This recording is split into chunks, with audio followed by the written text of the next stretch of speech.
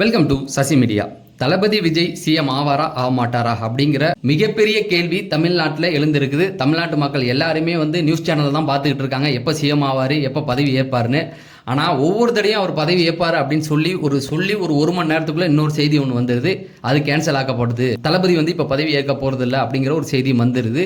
இதுவே பெரிய ஏமாற்றத்தை மக்களுக்கு கொடுத்துக்கிட்டு இருக்கு. ஏன்னா மக்கள் அனைவரும் தளபதி சிஎம் ஆகணும் அப்படின்னு சொல்லி ஓட்டு போட்டிருக்காங்க.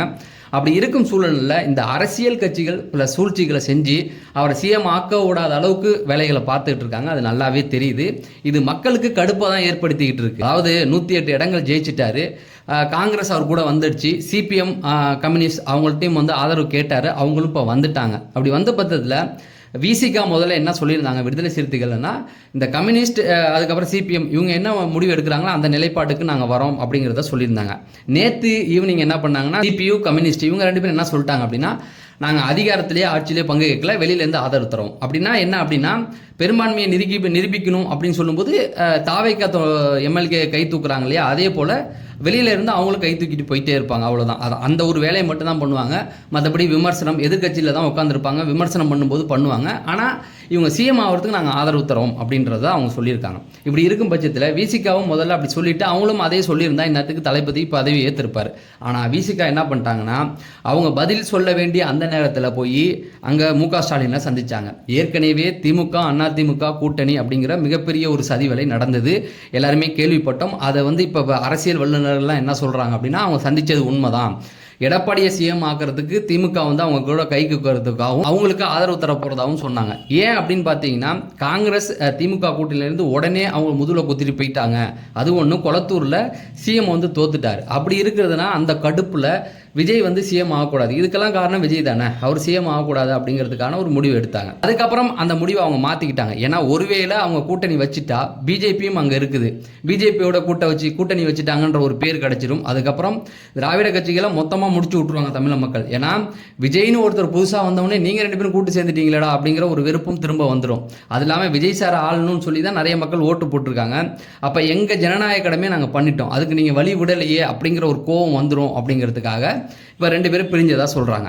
ஆனால் இப்படி பிரிஞ்சிட்டும் அவங்க சதி வேலையை தொடர்ந்துக்கிட்டு தான் இருக்காங்க. நல்லா பாருங்கள், நேற்றே திருமாவளவன் நேற்று நைட்டே அறிவிச்சிருக்கலாம். ஆனால் அறிவிக்காமல் இப்போ வரைக்குமே என்ன சொல்கிறாங்க அப்படின்னு பார்த்தீங்கன்னா, இன்றைக்கி இந்த 2 மணி ஆகுது, இந்த நேரத்தில் அவங்க முடிவை அறிவிப்பாங்கன்னு நினைக்கும் பொழுது நாங்கள் 4 மணிக்கு ப்ரெஸ் மீட்டு எங்கே சந்திக்கலாம் அப்படிங்கிற ஒரு அறிவிப்பை 4 மணிக்கு தரணும்னு சொல்கிறாங்க. அப்போ 4 மணிக்கு அவங்க முடிவை அறிவிக்க போகிறதில்ல, ப்ரெஸ் மீட் எங்கே வைக்கலான்னு தானே நாங்கள் சொல்ல போகிறோம். அதுக்கப்புறமேட்டுக்கு தான் அந்த இதில் தான் அவர் முடிவை எங்கே அறிவிப்பார் அப்படிங்கிறத நாங்கள் சொல்ல போகிறோம் அப்படிங்கிறத திரும்ப அவங்க இழுத்துக்கிட்டே போகிறாங்க. அதாவது இன்னும் ஒரு நாள் தான் கையில் இருக்குது. இந்த ஒரு நாளுக்குள்ளே முடிவை அறிவிக்கல அப்படின்னா ஆளுநர் என்ன பண்ணுவார் அப்படின்னா, குடியரசுத் தலைவருக்கு எழுதி கொடுத்துருவார். அப்படின்போது குடியரசுத் தலைவர் ஆட்சி அவங்க எத்தனை வருஷம் வரைக்கும் ஆட்சி பண்ணலாம் அப்படின்னா 3 வருஷம் வரைக்கும் ஆட்சி பண்ணலாம். அப்போ அந்த 3 வருஷமும் குடியரசுத் தலைவர் ஆட்சி இங்கே வந்துடும். அதுக்கு பிளான் போடுறாங்களா அப்படிங்கிற மாதிரியான ஒரு சந்தேகமும் நமக்குள்ளே இருக்குது. இந்த பக்கம் அதிமுக பொறுத்த வரைக்கும் அவங்க பிஜேபி தான். அவங்கள பொறுத்த வரைக்கும் ஒன்று அதிமுக தலைமையில் ஆட்சி அமையணும், அதாவது கூட்டணி ஆட்சி ஒன்று அமையணும். இல்லைன்னா பிஜேபி அதாவது குடியரசுத் தலைவர் ஆட்சின்ற பேரில் பிஜேபி ரூல் பண்ணட்டும் அப்படிங்கிற ஒரு முடிவில் தான் அவங்க இருக்கிறாங்க அப்படிங்கிறது நல்லாவே தெரியுது. இந்த சூழ்நிலையில் தான் திருமாவளவனும் பார்த்தீங்கன்னா தன்னுடைய முடிவை இந்த டைமுக்கு அறிவிக்கிறதா சொல்லிட்டு அப்படியே டிலே பண்ணி கொண்டு போயிட்டே இருக்காரு. ஸோ இதில் பொறுத்த வரைக்கும் பல பேர் என்ன சொல்கிறாங்கன்னா, அவர் முடிவை அறிவிப்பாருங்க, விஜய் சாரோட கூட்டணி தான் அப்படிங்கிறத பெரும்பான்மையானு சொன்னாலும், ஆனால் ஒரு 10% டவுட் இருக்குது, கடைசியில் முடிவை மாற்றிடுவாரோ அப்படிங்கிற ஒரு டவுட்டும் இருக்குது அப்படிங்கிற மாதிரி சொல்லிக்கிட்டு இருக்காங்க. ஸோ மக்களுடைய கோவத்துக்கு எல்லாருமே ஆளாகிட்டு இருக்காங்க அப்படிங்கிறது தான் இது. மக்கள் ஓட்டு போட்டுட்டாங்க. ஒரு தடவை ஒரு ஆட்சிக்கு வந்துட்டார், அவர் ஆளை விட்டு தான் பாருங்களேன் அப்படிங்கிறது தான் மக்களுடைய கேள்வியாக இருக்குது. அதாவது திமுகவுக்கு ஓட்டு போட்டவங்களும் அதிமுகவுக்கு ஓட்டு போட்டவங்களும் இதுதான் சொல்கிறாங்க, வந்துட்டார்ல ஒரு தடவை ஆளட்டுமே, அவருடைய நிறைக்குறைகளை நம்ம தெரிஞ்சுக்கலாமே அப்படிங்கிறது தான் எல்லாருமே சொல்கிறாங்க. ஆனால் இவங்க என்ன பண்ணுறாங்க அப்படின்னு பார்த்தீங்கன்னா, இவரை அந்த இடத்துக்கே கொண்டு போக விட மாட்டாங்க. அவர் சிஎம் ஆகக்கூடாது அப்படிங்கிறத தெளிவாக இருக்காங்க அப்படிங்கிறது நல்லாவே தெரியுது. ஆனால் இந்த மாதிரி ஒரு சூழல் மட்டும் வந்துருச்சு அப்படின்னு பார்த்தீங்கன்னா, அடுத்து வர எலெக்ஷனில் தளபதி எல்லா இடத்துலையும் ஜெயிச்சிருவார், 234 தொகுதியிலையும் ஜெயிச்சிருவார் அப்படிங்கிறது தான் திராவிட கட்சிகளை மொத்தமாக முடிச்சிருவார். ஏன்னா கட்சி தொடங்கி 2 வருஷத்தில் திராவிட கட்சிகளை எதிர்கட்சி தலைவர் யார் ஆகுறது அப்படிங்கிற ஒரு போட்டிக்கு கொண்டு போய் விட்டுட்டாரு. இதையே நிலைமை தொடர்ந்துச்சு அப்படின்னா, தளபதி இந்த வாட்டி சிஎம் ஆகலை அப்படின்னா அவங்களுடைய கட்சி சுத்தமாக முடிஞ்சு போயிடும் அப்படிங்கிறது தான். அது தெரியாமல் தான் அவர்கிட்ட எல்லாமே விளையாண்டுக்கிட்டு இருக்காங்க அப்படிங்கிறதும் மக்களுடைய மனநிலையை அவங்க புரிஞ்சிக்க மாட்டாங்க. வேணுக்குனுமே டிலே பண்ணிக்கிட்டே இருக்காங்க. ஏன் இவ்வளோ டிலே பண்ணணும், கொடுக்கணும்னு முடிவாயிடுச்சு, கொடுத்துட்டு போங்க, உங்களுக்கு என்ன தேவையோ அதை வந்து கேட்டு வாங்கிக்கிங்க அப்படிங்கிறது தான். ஏற்கனவே தளபதி வந்து சொல்லிட்டாரு ஆட்சி அதிகாரத்தில் பங்கு தரேன்னு.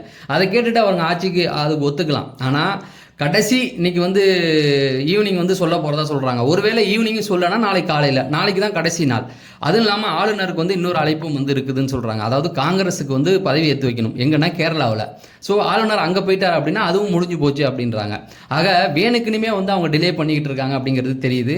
தளபதியை பழிவாங்கிறதுக்கான முயற்சியை தான் இதை நான் பார்க்குறேன். ஏன் அப்படின்னு பார்த்தீங்கன்னா, அவர் ஜெயிச்சிட்டார், அவர் அளவச்சு பார்ப்போமே, எந்த அளவுக்கு அவரை இழுக்கடிக்க முடியுமோ இழுக்கடிச்சு பார்க்கலாமே அப்படிங்கிற ஒரு நிலைமையில தான் இருக்காங்க. ஆனால் ஒன்று மட்டும் நல்லா புரிஞ்சுங்க, இது எல்லாம் தளபதி வந்து இவ்வளோ கஷ்டப்படுறாரு, மெனக்கடுறாரு அப்படிங்கும்பொழுது மக்களுக்கு வந்து அது ஒரு சிம்பத்தியாக கிரியேட் ஆகிட்டே இருக்குது. மக்கள் அவர் ரொம்ப கஷ்டப்படுறாருன்னு தான் நினச்சிக்கிட்டு இருக்காங்க இல்லையா? உங்களுடைய அரசியல் திறனை யாருமே இங்கே பாராட்டல, அவர் மேலே பரிதாபப்பட்டுக்கிட்டு இருக்காங்க. ஏன் அவரை போட்டு இவ்வளோ கஷ்டப்படுத்துறீங்க? அதாவது கட்சி தொடங்கினதுலேருந்து அவர் வெறும் கஷ்டத்தை மட்டுமே பார்த்துக்கிட்டு இருக்காரு, திரும்ப திரும்ப அவரை போட்டு இப்படி அடிக்கிறீங்களே அப்படிங்கிற ஒரு எண்ணம் தான் உருவாகுது. நான் இப்பயும் சொல்கிறேன், அண்ணன் திருமாவளவர்கள் வந்து அவருடைய 2 சீட்டை கொடுத்து அவருக்கு என்ன தேவையோ அதை வாங்கிக்கலாம், ஆட்சி அதிகாரத்தில் பங்கு கேட்கலாம், தப்பே கிடையாது, கொடுப்பாங்க. ஏன்னா ஏற்கனவே அதை சொல்லியிருக்காங்க. இந்த ஒரு எலெக்ஷன் வந்து அவங்களுக்கு ஒரு திருப்பு முனையாக இருக்கும். இத்தனை வருஷம் திமுக அண்ணா திமுகவோட கூட்டணி போனாங்க, ஆனால் ஆட்சி அதிகாரத்தில் அவங்களுக்கு பங்கு கொடுக்கல. ஆனால் தளபதி கொடுக்குறேன்னு சொல்லியிருக்காரு. அழகாக அதை கொடுத்துட்டு அவங்களுடைய கட்சியை வழிநடத்தலாம். அவங்களுக்கு தேவையான ஒரு அதிகாரம் இப்போ கிடைச்சிருக்கு, ஒரு உயரிய மரியாதை கிடைச்சிருக்கு. இது வரைக்கும் பார்த்தீங்கன்னா மற்ற கட்சியில் மாவட்ட செயலாளரோ அல்லது எம்எல்ஏவோ பார்த்தீங்கன்னா தலித் சமூகத்தை சார்ந்தவங்க வந்து ரொம்ப கம்மியாக இருப்பாங்க. ஆனால் இந்த பக்கம் தாவேக்கா எடுத்து பார்த்தீங்கன்னா 28 தாண்டி இருக்கதா சொல்கிறாங்க. ஸோ அவர் வந்து எல்லாருக்கும் முன்னுரிமை கொடுக்குறாரு. அதுவும் அண்ணன் திருமாவருக்கு வந்து ரொம்ப முன்னுரிமை கொடுக்குறதா தான் சொல்லிட்டு இருக்காரு. ஆனால் அவர் தான் டிலே பண்ணி இழுத்து போயிட்டே இருக்காரு. ஸோ நம்மளும் அவருடன் எதிர்பார்த்துக்கிட்டு இருக்கோம். நானும் வந்து தளபதி சிஎம் ஆகணும்னு தான் நினைக்கிறேன். என்ன மாதிரி உங்களில் எத்தனை பேருக்கு ஆசை இருக்கோ அவங்க இந்த வீடியோ லைக் பண்ணுங்கள். நீங்கள் சொல்லுங்கள், தளபதி சிஎம் ஆவாரா ஆக மாட்டாரா அப்படிங்கிறத கமெண்ட் செக்ஷனில் சொல்லுங்கள். நம்ம அடுத்த வீடியோவில் சந்திப்போம். நன்றி, வணக்கம்.